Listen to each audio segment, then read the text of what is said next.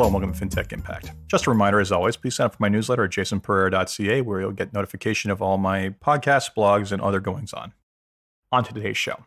Today on the show, I have Dr. Daniel Crosby, best-selling author and chief behavioral officer at Brinker Capital. Dr. Crosby has the near unique perspective of someone who gets paid to figure out ways to take behavioral finance theory and implement it in real life.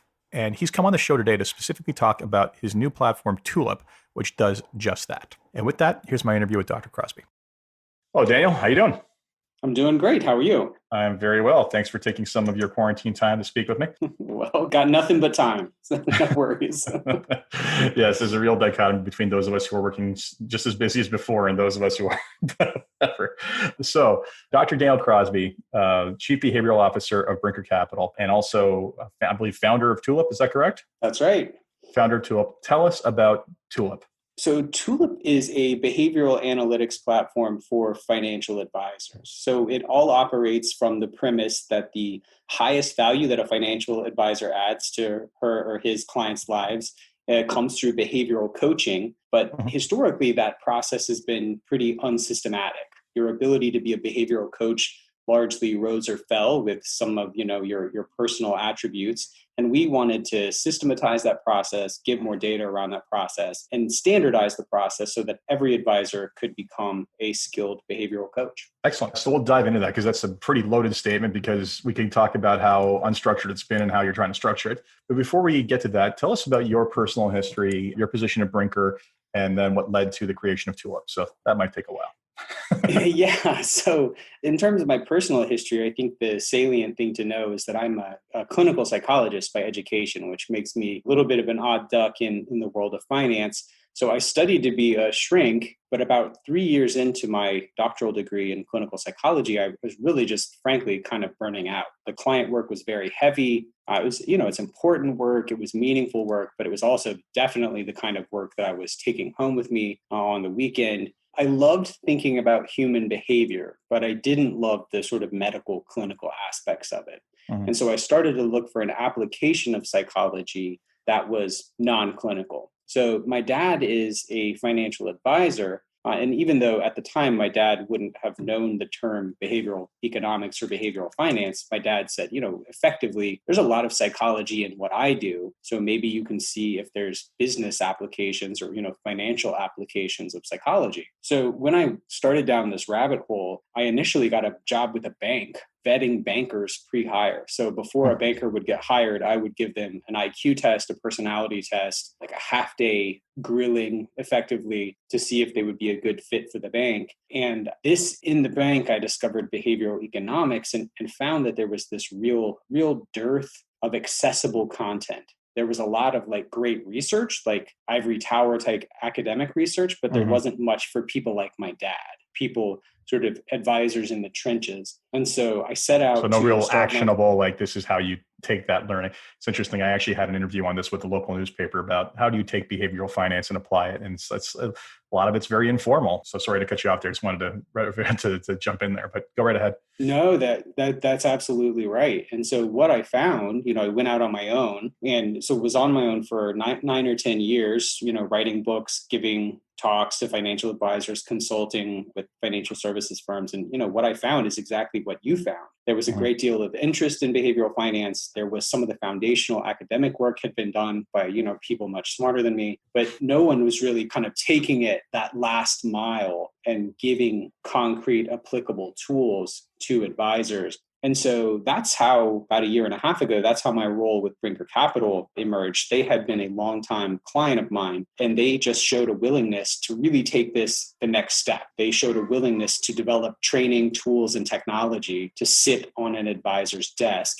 and help an advisor in the everyday application of behavioral finance. So yeah, about a year and a half ago, I became the chief behavioral officer at Brinker, which makes me one of about 3 in the world, I think. I was going to say, I can name probably 2 others if I tried, and struggling to remember the name of the second one. So yeah. Yeah. You guys can have a very small conference. Yeah, so we're all very friendly. How's that? We all thank each other in our books. So yeah, I thought it was a very progressive move. But my stated reason, I was having a great time on my own. My stated reason for joining Brinker was just to have sort of resources for building out Tulip and some of these other tools that help these resources sit on an advisor's desk in a more real way. So, I mean, that's quite the chasm when you really think about it, right? Like taking the abstract concepts that are put forth by, again, the ivory tower people who've won various Nobel Prizes, which was groundbreaking work, and figuring out how to basically, yes, digitize where the triggers for that or understanding it. So I mean, there's so many different ways to apply it. Where did you start when tasked with this effort?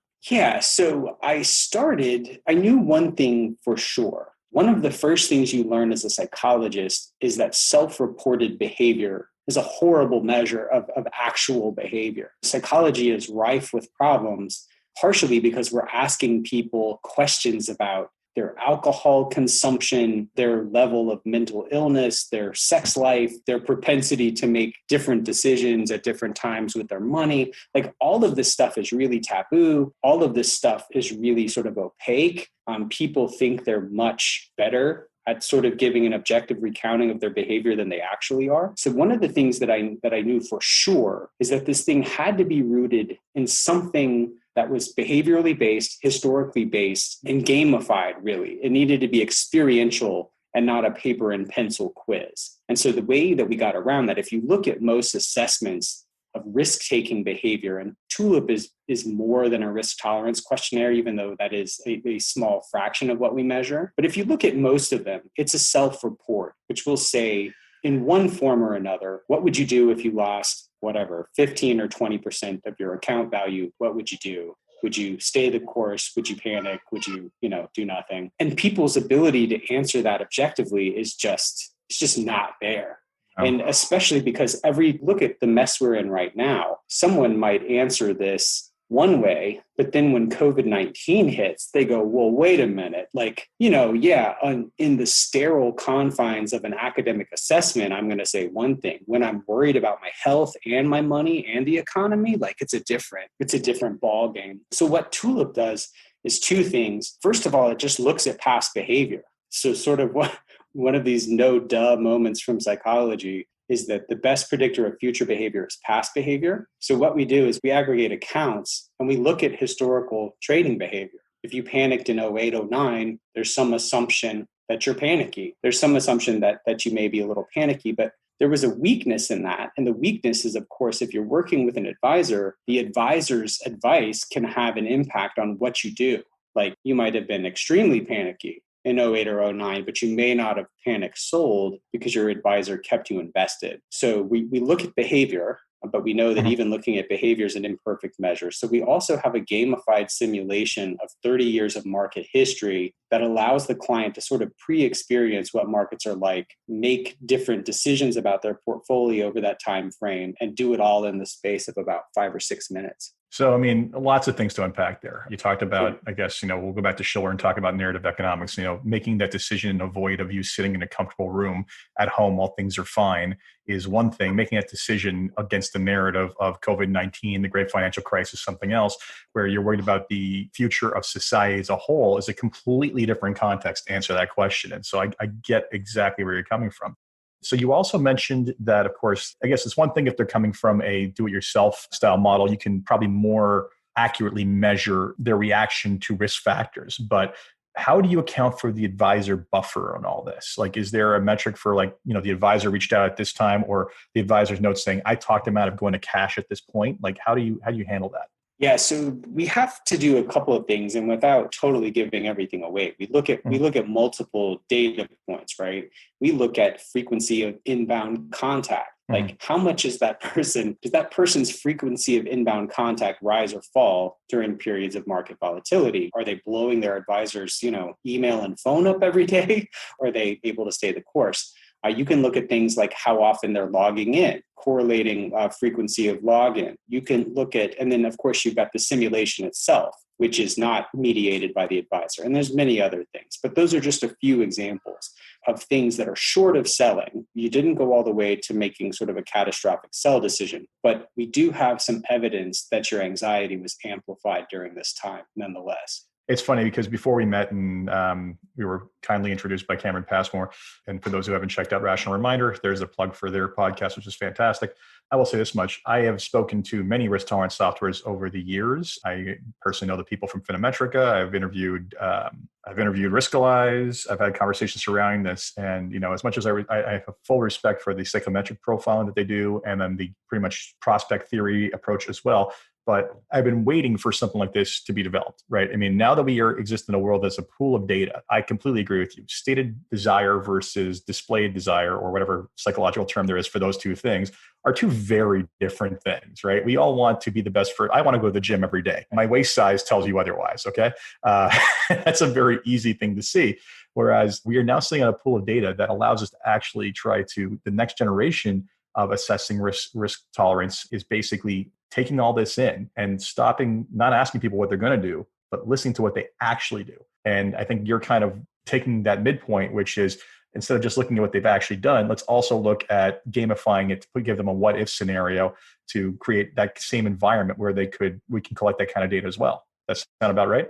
Yeah, well, and to your point, I have a ton of respect for Riskalyze and Finametrica. They both do really good work. Yep. But, I'm sort of measuring a different construct here. I'm measuring risk-taking behavior holistically, because we've had this sort of academic problem in the industry, which is there's really three facets to risk. There's risk capacity, which is how much time and how much money you've got, right? Yep. And, all things equal, more time and more money means more capacity. There's risk tolerance, which is your sort of stated long-term ideas about risk-return trade-offs, which are unchanging or relatively unchanging. And then you've got risk composure, which is the likelihood, it's effectively your level of neuroticism, to use a clinical term. It's effectively your level of anxiety. It's how quickly are you moved off of those long-term goals. So you can talk to someone who's panic selling their portfolio, at a time of market volatility and go, should you be doing this? Which is effectively a risk tolerance question. And they would go, no, I should not be doing it, but I'm about to, right? And so that's a risk composure question. So all advisors care about is risk-taking behavior. And there's this conflict between academicians and advisors, because advisors have said for years, look, my client's risk tolerance is dynamic, like it's all over the place. Sometimes they want to shoot the lights out. Sometimes they're scared as can be. Yep. And the academicians have retorted, no, that's not true, because risk tolerance doesn't change, which is true but unimportant, because what Correct. changes is risk-taking behavior. So we're trying to sort of bypass this academic wonky argument and just measure what advisors want measured. Yeah, and it's interesting because Paul Resnick of Finametrica specifically stated that is a difference between risk tolerance and risk sentiment, right? The current sentiment in the marketplace is basically that they feel that Tesla's going to go to 1,000 because it's already gone to whatever number, right? Versus right now where they're worried that, the economy's not going to restart in time, right? So I would say that they're both relevant data points. And too often, I'd say my side of the table gets too caught up in the sentiment and not the tolerance. And I think that's largely displayed through the lack of adoption of academically proven risk tolerance and assessment tools within the industry. I mean, if you look at the T3 survey, less than 50% of people actually use anything. And even then, a big chunk of those are internally developed questionnaires by marketing departments, which is not great. Right. Yep. Yeah, no, it's incredible when you see those things, and it's like Riskalyze is way out front, Finametrica's second, and it still doesn't add up to 50%. Not even adoption. Close. It's wild. Yep. I've often said that, I honestly think it's a massive gap in regulation and just structure of business. And I honestly think that over time, it's actually a pretty big growth area. So your timing's not bad on this, because honestly, as whether it be regulation or law or case law, whatever it is, there's only one direction that the need for assessing people's risk tolerance, capacity, composure, all that stuff goes, and that's upward, right? Yes. So I can't imagine that adoption rate drops over time. Yeah, I agree. Yeah. I agree. And one day the US will catch up to the rest of the world and start requiring more of people's formal assessments of risk. Oh, my friend, if you wait a minute, you just trashed the US on doing something compared to Canada. I'm sorry. I know you guys are behind Australia and the UK, but you have no idea how bad it is. I swear. No. I spent 3 months in Canada. I worked in Canada. I worked in Western Canada for 3 months with a large bank there, and I got to see just how bad it was. But yes, Western Europe and Australia have us beat for sure. Oh yeah. Oh yeah. Have North America beat. Oh yeah, by a long shot. But I mean, like, you trashing the US in my mind is like, wait a sec, we can't even get to your level at this point. You're so far behind.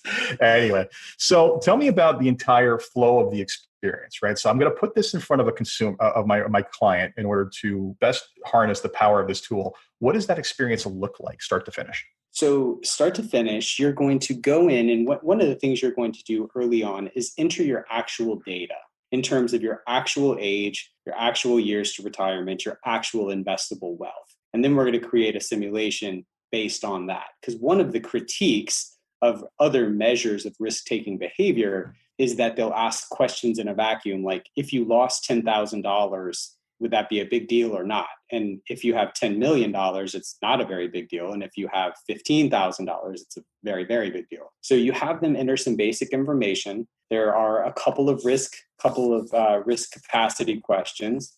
There's a couple of risk tolerance questions. And then you begin the sort of the meat of the experience, which is a simulated market. So we take actual years of market history, we randomize them, so that you never know quite what you're going to get. And you don't know, oh, the year 2000 is coming up, I might want to get defensive, right? We randomize these years. Ex post game this system. Got it. All right. Yeah. So we randomize these years, and we ask the clients to make decisions about their portfolio. And every 3 years, which takes just a few seconds, the simulation stops, and you get sort of what we call our Iron Man screen. If you know an Iron Man, he gets sort of all that information presented to him. Awesome. So you get your Jarvis screen, right? You get the Iron Man screen that says, here's your performance relative to the S&P. Here's what other people are doing. Here's a news alert.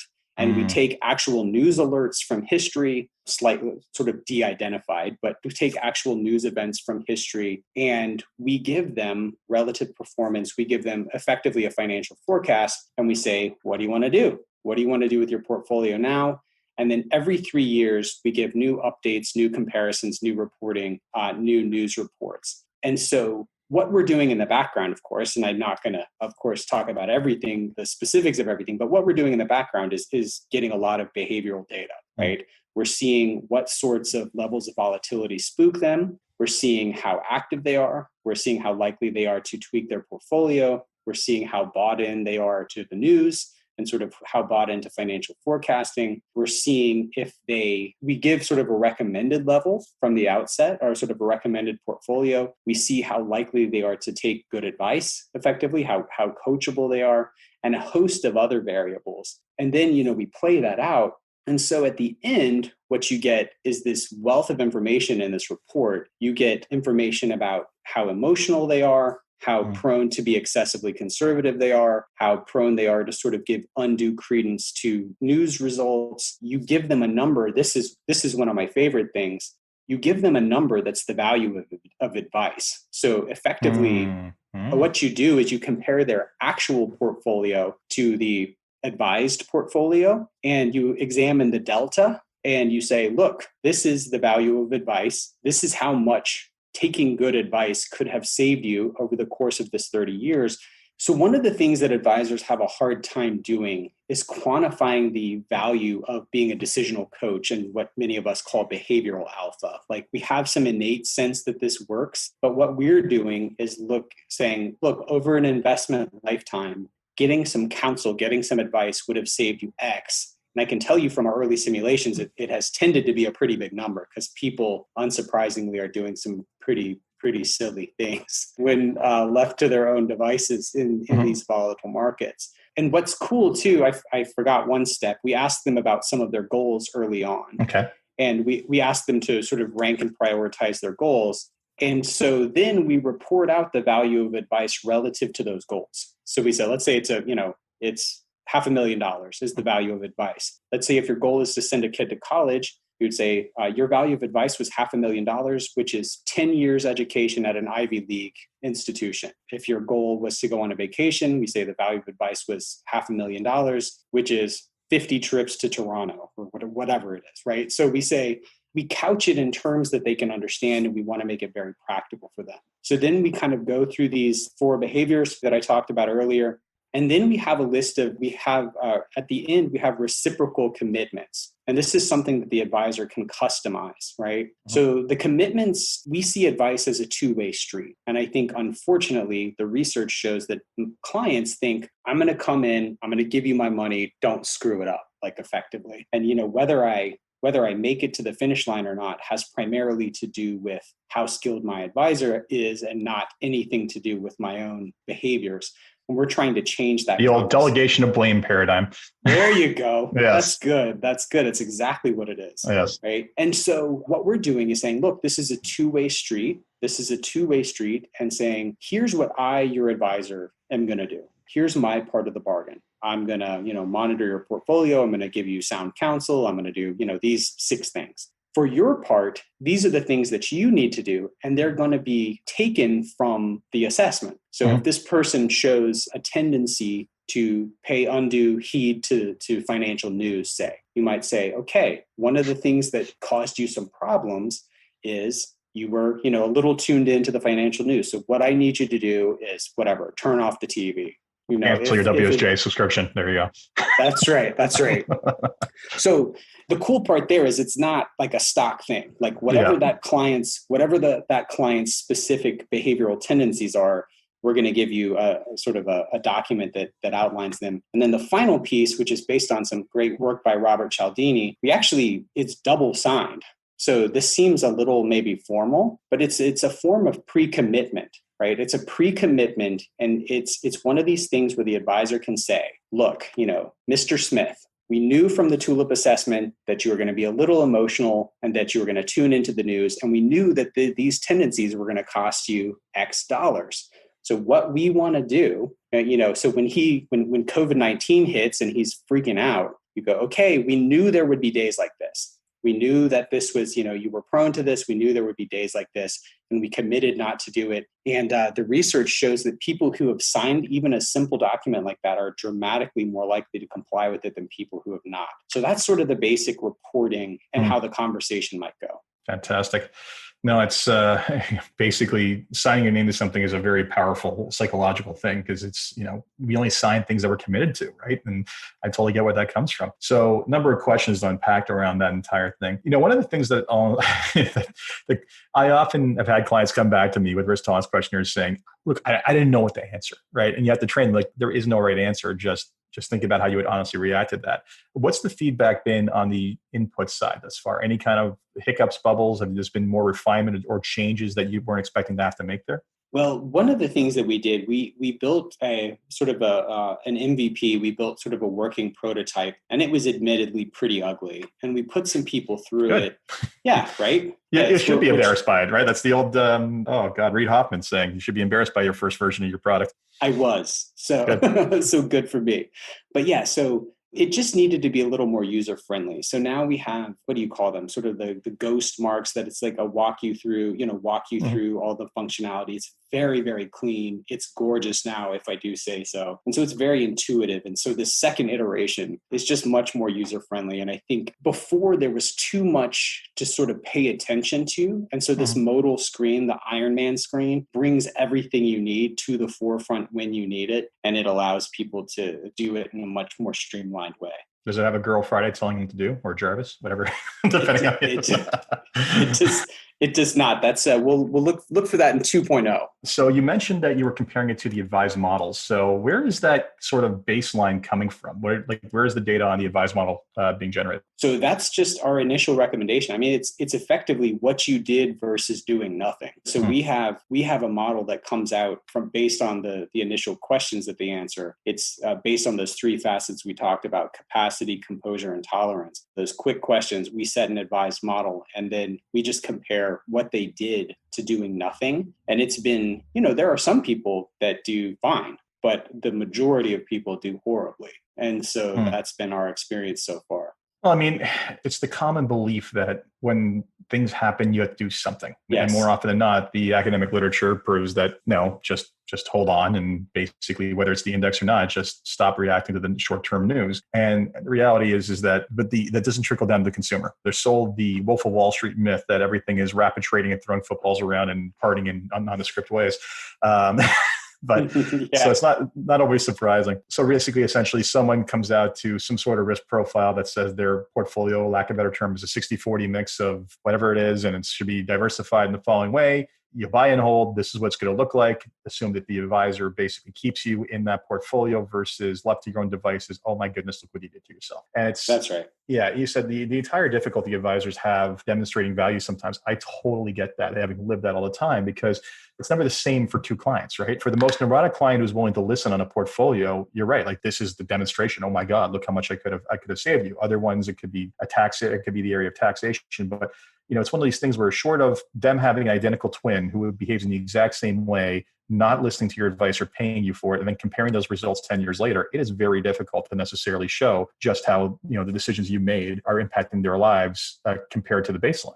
So yeah, this tool, thank you for that, for making that easier.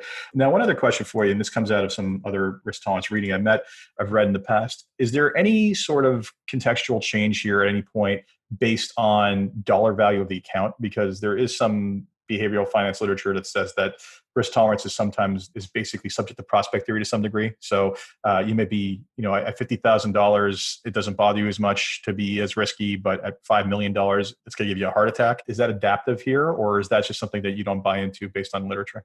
No, I do. So here's what's interesting. I do buy into it on average. But the thing about averages is that they're true of most people, but no person in particular. And so what we do by allowing, people to enter their own information and play their own game and have us observe their own behavior is that may absolutely be the case. That may absolutely be the case. But if it is, we'll observe it. And if it's not, we won't. So I'm completely on board with the literature that says risk tolerance tends to change at different levels of wealth. But that's true in aggregate, but not of anyone in particular. And we can take a much more finer tooth approach to measuring that. So I'm curious, what has the response of the test subjects been who saw that their own behavior led them down the wrong road? Have they just been like, well, I don't buy this, or this game is rigged? Or have they been like, so maybe I should give that guy a raise? Like, what's the general feedback been from the people who ended up testing this? Well, so it's funny. There's been two things. So first of all, people have wanted to take it again,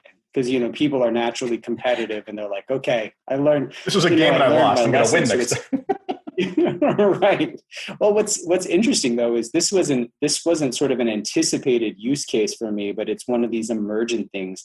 It's a tutorial. It's an educational. I had it sort of teed up solely as an assessment, but it really is a great educational opportunity for them to play it and replay it and think about it as an educational tool. The second thing that I think that it's done well is it allowed advisors to have this conversation non-defensively, because Michael Kitces and other people have raised what is a very good question, which is, if what you're selling is effectively saving people from stupidity and their own bad behavior, how do you have that conversation in a way that's palatable? You don't bring your client in and say, hey, Mrs. Jones, you're kind of a dummy, and you're biased, and what you're feeling is wrong. Yeah. Right. So it lets people, without the advisor saying that, it lets people live it out, express it in their own terms. And look, most people are good at some facets of this and bad at other. Some of these things they're going to probably do well on, some they're going to do poorly on. So it allows the advisor to have a balanced conversation. People can kind of chuckle at their own sort of panic and irrationality in a way that's undeniable. And it doesn't leave the advisor to have this hard conversation about, look, psychologists have identified 200 ways you can screw up your financial life. It's not a very easy to hear conversation until you've lived it firsthand. Yeah, I mean, we all have those experiences with the client who wants to suddenly go all in on the market, and then you stop them and they're a little bit perturbed. And the next month the market turns and they're like, "Okay, thank you." Right? We can't count on that happening every time, right? That's right. So I'm curious, for the people who decided that they wanted to try to beat the game the second time, how did their scores compare the second time versus the first? Oh, well, it's interesting. So since it's randomized, people's ability to game it in the most simple way is kind of thwarted. Now, I think people are more measured the second time around on average, but they still, some of the bad years might hit you in year 1 instead of year 30. And you just, you still kind of don't know what's coming. So yes, people are in general better, but the randomization element makes it hard to game it in totality. But it's still, I mean, it's the fact that they took it a second time and maybe didn't do that much better than they thought they would because the questions are all randomized now and data points are all randomized. Right. Must really hit them between the eyes and saying, okay, I can do this a third time. But this is hard. Yeah, but this is, okay. If anything, I would almost say, I feel like you should encourage them to do it over and over and over again because it's just going to hammer the point in, although assuming they have the time for that. I'm curious too. So one of the things that I encounter quite frequently, I'm sure their advisors do, is that the concept of risk for clients almost differs for that, the money that they give to advisors versus the money they run themselves. And I'm sure that more than one advisor's had a client come to them saying, no, I'm not a risk taker. I'm not I don't take a lot of risk, but I'm in 100% blue chip equity stocks paying dividends, right? And it's like, I'm sorry, there is no universe that says that you're in 100% stock where that doesn't blow up in your face at some point. Yeah. So I'm wondering, like, how does your system perchance deal with that, or at all deal with that? Like, is that in the initial stages where they, you basically say, well, you were here, but you should be here, and then still prove to them they can't handle it properly? Like, is that something you address? So how does it deal with money held away versus money with the advisor? More so I will call it a differentiating context of risk. When the risk is being placed on someone else, like let me take a step back on that one. People are very poor at understanding the risk they're exposed to and contextualizing what they think the risk tolerance is. Pretty straightforward, right? An example of the 100% stock to whatever. Is there any kind of piece of this that coaches them through to say, well, no, what you consider this big safe thing is actually not safe? Do you show them like the contrast of like their starting point of 100% stock and then push into something else? Yes. So there's a couple of things that I think address what you're talking about. One is currently there and one is for a future iteration. One of the things that we do, when you get this, call it the Iron Man modal screen every couple of years, it has the risk slider and you can toy with your risk.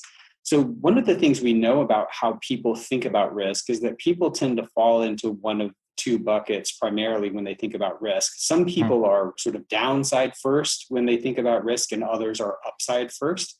So what you notice very quickly in the game is that by cranking your risk in one direction or other messes with both your upside and your downside. And so I think it's a very tactile, a very real, a very concrete way for people to understand whatever the flip side consideration is, let's call it, because if they tend to be return first investors, they see that cranking up the risk can give them some real gut wrenching drawdowns. And the reverse is also true. And then the thing that we're working on right now is the ability to sort of call them counterfactuals, to sort of use the report to go back through the game and say, okay, what would have happened if you had just ignored the news? What would have happened if like all these news headlines that we gave you to sort of guide your thinking, if you just left them alone? What would happen if you bought every dip? So it would allow us to sort of compare different scenarios. And so I think that that's not currently live, but it's something we're working on. And I think that'll be another powerful tool for teaching about risk. I would generally agree. I think that a lot of this is just about how people frame things, and the context in which you frame them is powerful in educating them as to what behaviors are positive and negative. And I think that's largely what you've accomplished here and seem to be looking to do in the future. So beyond the consumer experience, tell me about the advisor outputs. We've talked about the need for them to sign off on what they're going to do and the client does at the same time. But what does the output to the advisor look like altogether? Yeah. So the advisor output is going to differ slightly from the end investor output. And so I'll talk through some of those differences.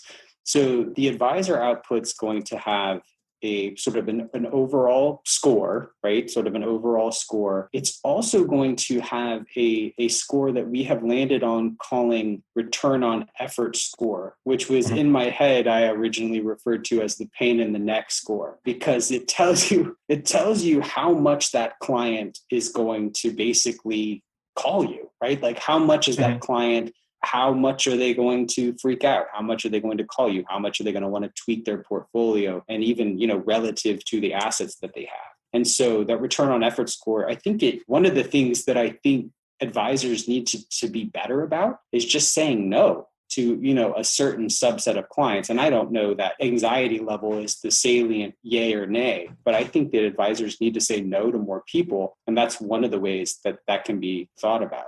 Yeah, I've often said that the first part of any advisor-client relationship should be a fit meeting or something, and getting a sense for if you guys can on the same page as to how you can work. I'm sure there's plenty of people who can deal with neurotic clients, but we all have our thresholds for how neurotic they can get. And I do like That's the right. entire screening. I was going to ask you, is this a screening tool for getting rid of the clients that you feel you can't deal with? And frankly, that's not a negative thing. That's actually a positive thing, because when you mismatch advisor to client, you get suboptimal outcomes one way or the other, right? So finding the ones who are really, really good at coaching people through this sort of thing, those are the ones that the neurotic ones need. Yeah, that's right. If you love behavioral coaching, if you don't mind and you take pleasure in sort of talking people off the ledge, then you should be undeterred by that. Mm-hmm. If you are looking to build a book of business where you can go to the shore for a month and nobody will call you, you'd probably don't want that person in your book.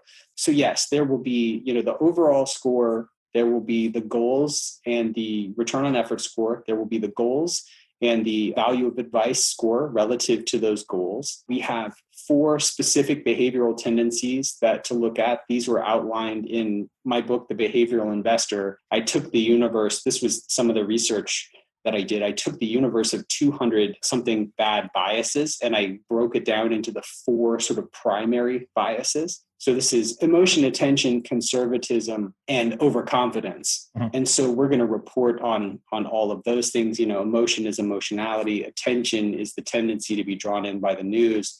Conservatism is, loss aversion, status quo bias, things like that. And then overconfidence is just what it sounds like. So you'll get, their data on all that relative to the population. Then you'll get the commitments, the pre-commitment piece I talked about. Well, and then I haven't even talked about the coolest part of the whole thing. We wanted this to be dynamic, right? We wanted this to be ongoing and not just sit on a shelf somewhere. And so what we also do is we have an advisor portal where when we encounter situations in the actual market that mirror those that gave them problems in the game, the advisor will be notified. Interesting. To say, it's like pre-crime from Minority Report. Right? I was about to make the analogy. It's called next best action in the AI world, but really, yeah, sure. You're pre-criming this thing, and that's I got to tell you, that's a load off my cognitive burden. If you could flash up, call these people because it's this time, but this is the type of thing that makes them freak out.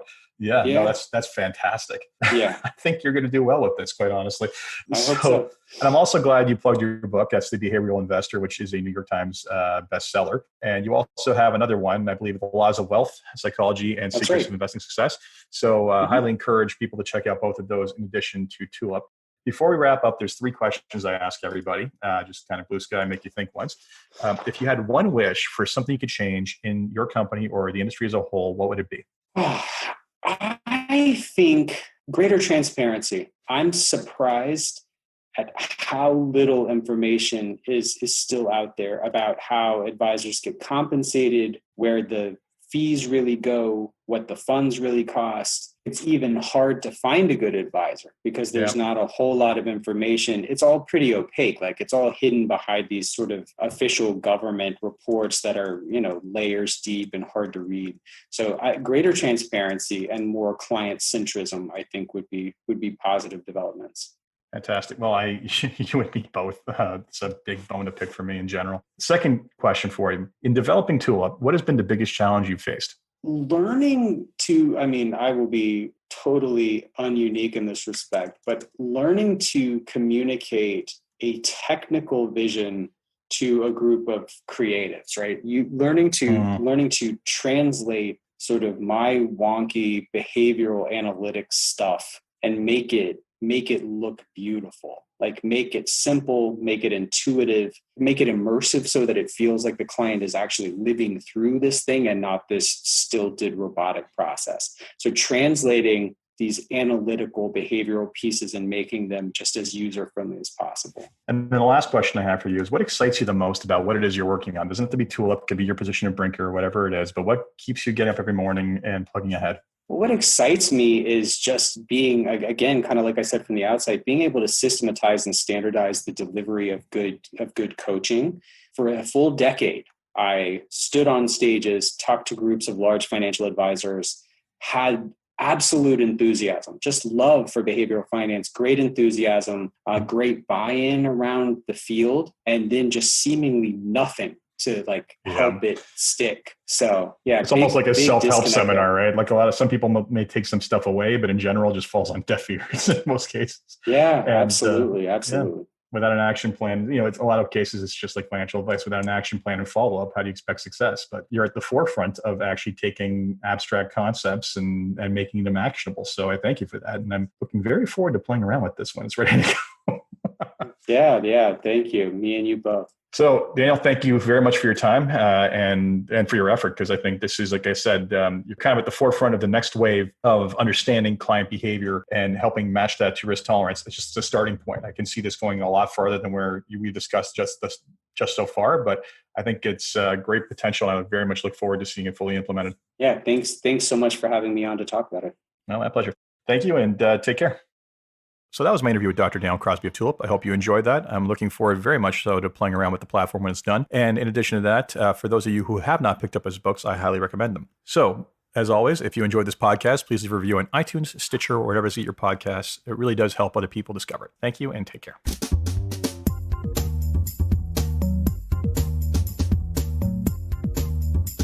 This podcast was brought to you by Woodgate Financial, an award-winning financial planning firm catering to high net worth individuals and their families. To learn more, go to woodgate.com. You can subscribe to this podcast on iTunes, Stitcher, and Google Play, or find more episodes at fintechimpact.co.